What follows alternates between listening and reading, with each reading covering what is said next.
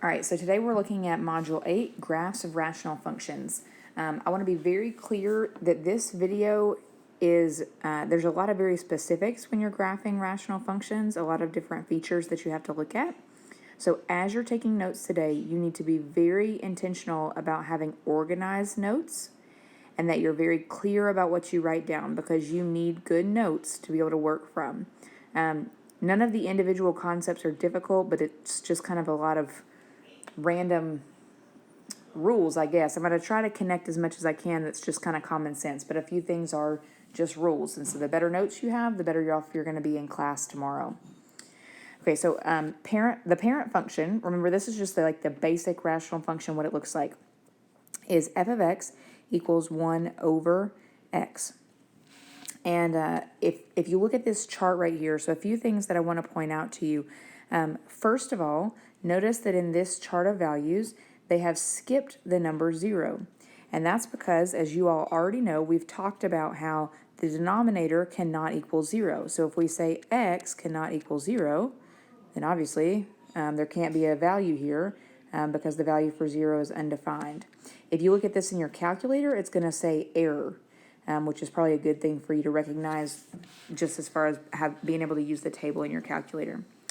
So from this, if we graph what this looks like, think about a fraction. The larger you make this number here on the bottom, the smaller the value is going to get. So notice the bigger and bigger the bottom of the fraction gets, the closer it gets to 0, but it's never actually going to get there. The same thing happens on the other side. So these points where they're infinitely approaching but never get there, we have these lines. We draw them dashed because they're not really there. They're like invisible boundaries. And these boundaries are called asymptotes. A-S-Y-M-P-T-O-T-E-S. And you've learned about these before. We did them when we did exponential functions and when we did in behavior and domain and range. But asymptotes are lines or boundaries that the function approaches forever but never actually reaches. Okay, so at this point you should have, I'm not sure that you would necessarily have this table of values copied down. If you do, that's okay. Definitely need to have the parent function and identifying that x cannot equal 0. And then you should have this graph drawn and have an understanding what asymptotes are as far as the boundaries.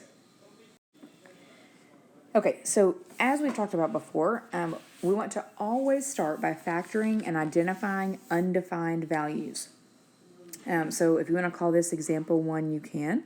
This is just a reminder on how to just to do this step first. Always do this first.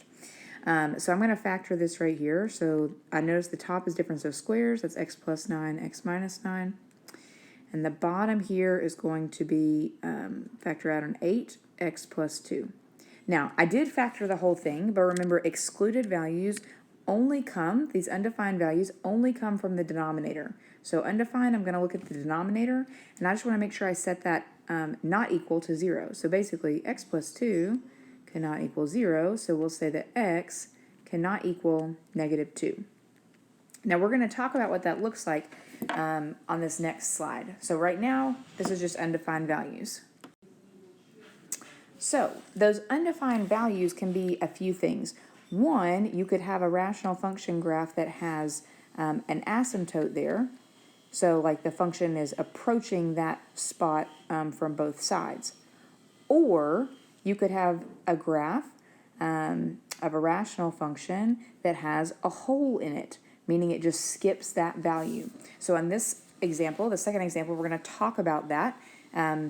So you might want to draw for yourself just an example of what an asymptote looks like versus a hole. And then once you have that drawn, come back to this example. Okay, so let's call this example 2, vertical asymptotes and holes. So just like I did with the last one, I think I told you we're going to start by factoring. So I'm going to factor this 3. If I factor a GCF of 3 out, that leaves me with x squared minus 9. So this is going to become x plus 3, x minus 3. And on the bottom, I can factor a GCF of an x out. So that's going to leave me with, that's going to leave me with x and x minus 3. Okay, so we started with that. Okay, so I'm going to look at my undefined values. And remember, those come from the denominator. So when I look down here at the denominator, I realize that x cannot equal 0, and x also cannot equal positive 3. All right, this is me looking just down here at this denominator. Now, the difference between a vertical asymptote and a whole. So notice, if you were to simplify this, this x minus 3 would cancel, okay? And it would be almost as if it was never there. So the x minus 3 that cancels creates what we call a whole. So this 3 right here is a whole because the factor canceled. So a whole because it cancels. The other one does not cancel, which means this x equals 0 line is an asymptote line. So if I give you just a quick sketch of what that looks like, this one is going to have an asymptote line at 0.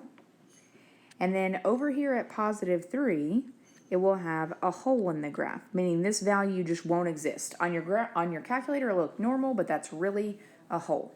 All right? Okay, so now we want to look at horizontal asymptotes. And there are 3 different examples here because this one is the one with kind of the strangest rules. And this is the one that doesn't necessarily make a whole lot of sense. I mean, it does, but it will take me we would have to do long division basically for me to explain to you why these rules are these rules. So this one is just kind of standalone. So horizontal asymptotes, we can call these examples 3A, 3B, and 3C. So this is the one that you're really just going to want to take good notes on so you have them to refer back to for the rules. If the exponent on the top is larger, so notice this is x squared and this is just x on the bottom. If the top is larger, there is no horizontal asymptote. If they are equal, in this case, the horizontal asymptote comes from the numbers in the front, the coefficients of these first 2 terms. So like this first term is 1 and the bottom is 6. So the horizontal asymptote here is going to be y equals 1/6. All right, so that means the horizontal asymptote means it's the one that's running this way, horizontally, obviously. And then on C down here, if the bottom is bigger, so notice in this one the bottom is larger. If the bottom is larger, then the horizontal asymptote is just y equals 0. So the bottom is larger. I'll kind of try to highlight those if it'll let me. All right, if the bottom is larger, it's y equals 0. If the top is larger, there is none. And then if they're the same, it's the coefficients in the front. All right, so now for finding x-intercepts. So remember, x-intercepts are like roots, and we get those when we set things equal to 0. Okay, so just like we did on the last one, we're going to factor this out. And so the top here is a trinomial. That's going to give me x plus 8 and x minus 6 if you set that up. The bottom, I notice I've got a GCF, so that's x squared minus 6 when you take, x minus 6. You can take a 3x out. So the bottom here, I'm going to have 3x, x minus 6. And remember, our first rule is always to identify undefined values. So my undefined values are going to be x cannot equal 0 or 6. Remember, I'm getting those from the denominator down there. So now, the bottom cannot equal 0, but to find roots, like I said, I want the function itself to equal 0. So I'm going to set the top equal to 0 in order to find the x-intercepts. So the numerator equals 0. So if I do that, I get that my x-intercepts are going to be where x equals -8 and positive 6. Now, remember, the whole reason I said undefined was because even though I think there's an x-intercept at 6, there can't be one.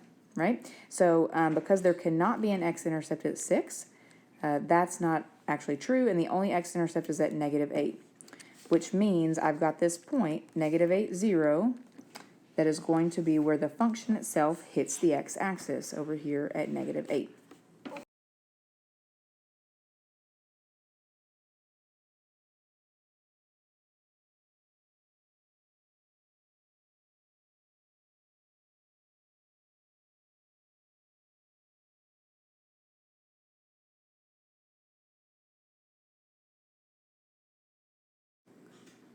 All right, so the last thing we need to look at is how to find y-intercepts. So remember, y-intercepts come in the form 0, y.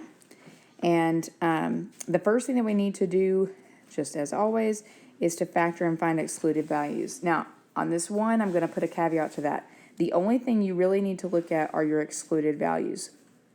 Factoring isn't going to hurt anything, but it's just not, it's actually going to make this a little harder to see how to do. So if we look at excluded values, I'm going to look at the denominator down here, and that's going to tell me that x cannot equal negative 1/5.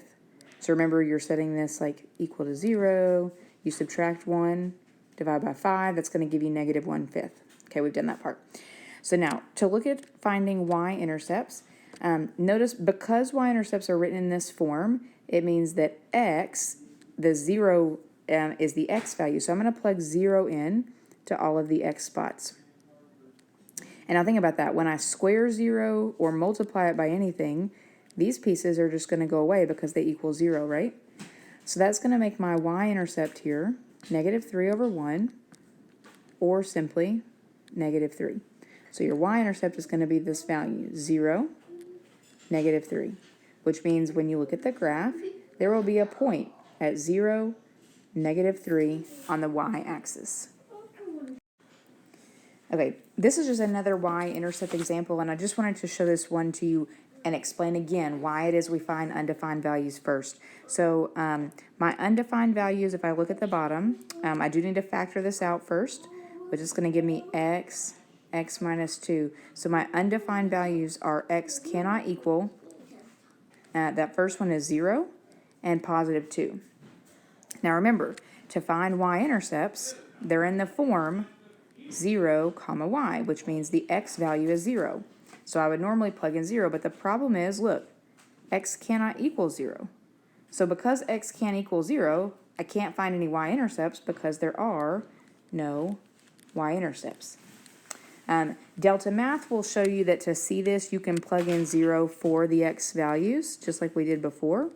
And when you do that, you're going to get negative 84 over 0. But remember, this is a no-no. You are not allowed to divide by 0 on the bottom.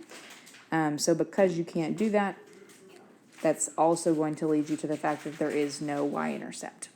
All right, so hopefully you have some pretty detailed notes and some organized notes to work from in class tomorrow.